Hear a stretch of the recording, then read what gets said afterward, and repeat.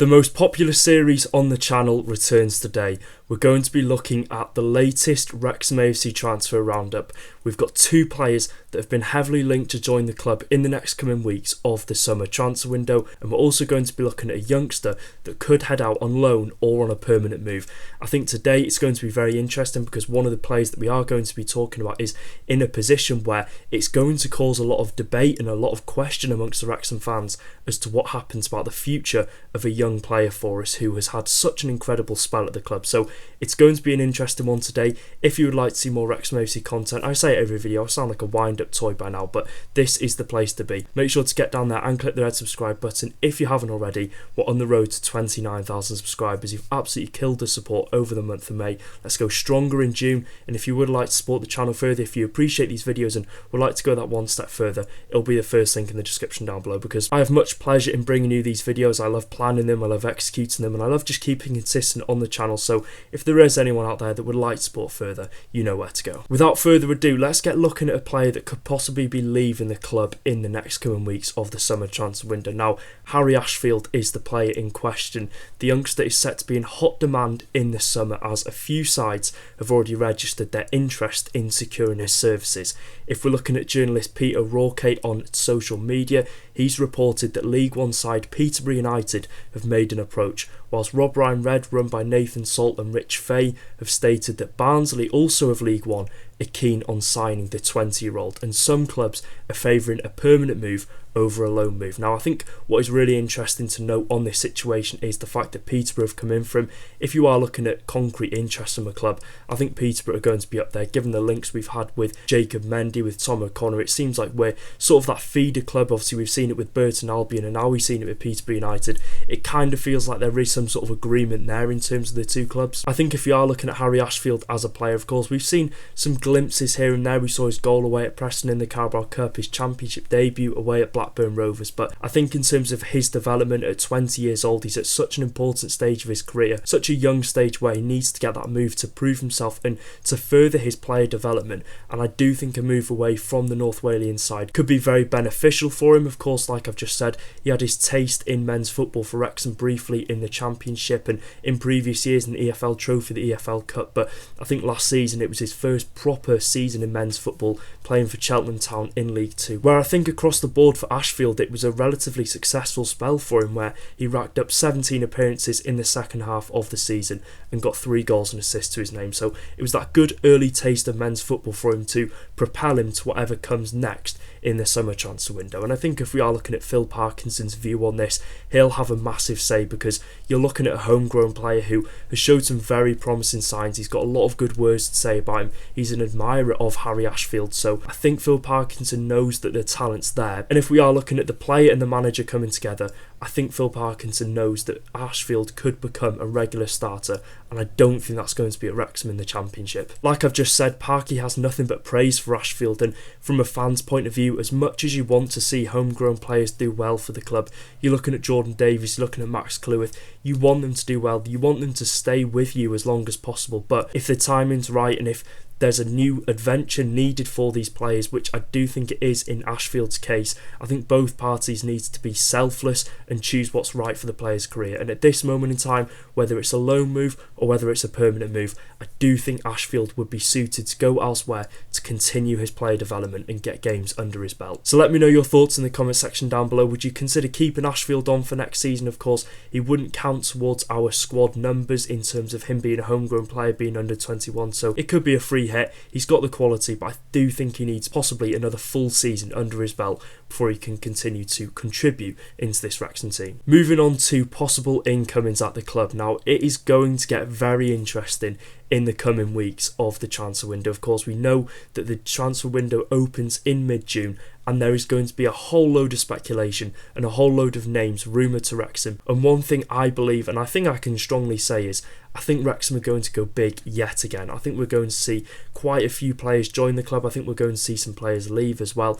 I think Wrexham are just going to go from strength to strength. Of course, we want to go that one step further this season, and it could all start with a player named Ethan Galbraith. Now, I talked about Galbraith a few weeks ago on a transfer video, and still to the current day, no progress has been made between the player, the agent and Swansea City in terms of extending his contract down in South Wales. Reports in recent days from a whole load of news articles across social media have stated that Wrexham are keeping tabs on the Northern Irish international, and if no contract is signed, Wrexham will be in there to penetrate and make the most out of this possible situation. If we are looking at Galbraith as a player and as a person, he's just 24 years old, which I think is the main thing that stands out for most people and most fans looking at this situation, given his history in League One and given the amount of games he's played in his career. He's represented his country on multiple different occasions. I think he's got 15 plus caps for Northern Ireland, and at our Welsh neighbours Swansea City, he's coming off the back of a good season where I think mostly he was utilised in a position where he's quite unfamiliar with,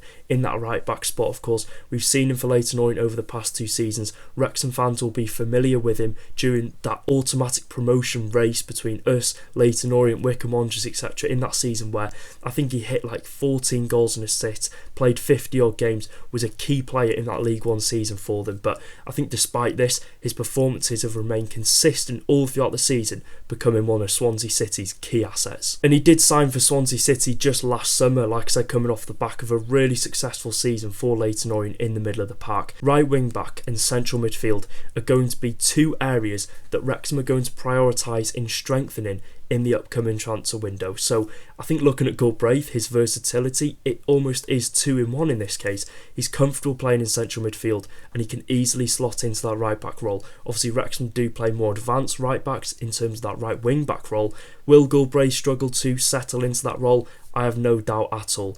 I do think that's going to be one thing that Phil Parkinson does appreciate about the Northern Irishman, is the fact that he's versatile. But I do think if he were to go in for Galbraith and pursue this situation even further and secure his services to the club, I would like to see Wrexham utilise him in that central midfield role, because although he has put some good performances in right back for Swansea City across the board of last season in the Championship, I do think central midfield is where we see the best version of Ethan Galbraith. He's always heavily involved in the play, he's got good work rate, he's a good ball progressor, and I think overall, in terms of it kind of ties in with the versatility. With the versatility, you're going to get consistency from Ethan Galbraith. He's going to be a player that's going to stay fully fit all throughout the season, and he's going to put a 7.5 out of 10 performance in at minimum each week that he does put the shirt on for your club. And if we are looking at statistics to back up Ethan Galbraith last season, I think in the middle of the park, his passing game, his offensive game and his defensive game just completely overshadow anyone in the Swansea City squad. 60 passes per game, 81% pass accuracy,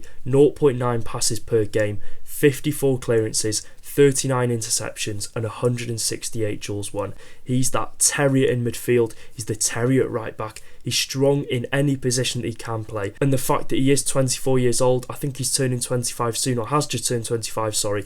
I think at this level, he's got that taste of what it's like to play in the Championship. Now is time to kick on and show his ambition and join a club that's going to compete at the right end of the table. So I think overall in the Ethan Galbraith situation, I think it would be a signing that makes complete sense for Wrexham. I think it makes sense for Swansea City now if they're struggling to keep one of their key assets, and if Ethan Galbraith's camp has been offered multiple contracts and have turned them down, Swansea City might finally give in and say, look, we might be looking to sell you, you are one of our key assets, but if you're not going to sign a contract, we'll easily cash in and reinvest that into the squad, that players that do want to be at the team. And I think there's just various different factors which favour Ethan Galbraith making the switch from South to North Wales, and I think it's a waiting game to see what happens in terms of his contract extension, and I think it's only a matter of time until we get a full confirmation whether he puts pen to paper to secure his future at Swansea City or he's available for transfer. And talking next on a very interesting bit of news. Now, I think it's going to come maybe as a bit of a surprise for many people out there. Sky Sports, obviously we know them, probably the biggest sports outlet in the world, are reporting that Sunderland in the Premier League are willing to listen to offers for goalkeeper Anthony Patterson in the region of £8 million.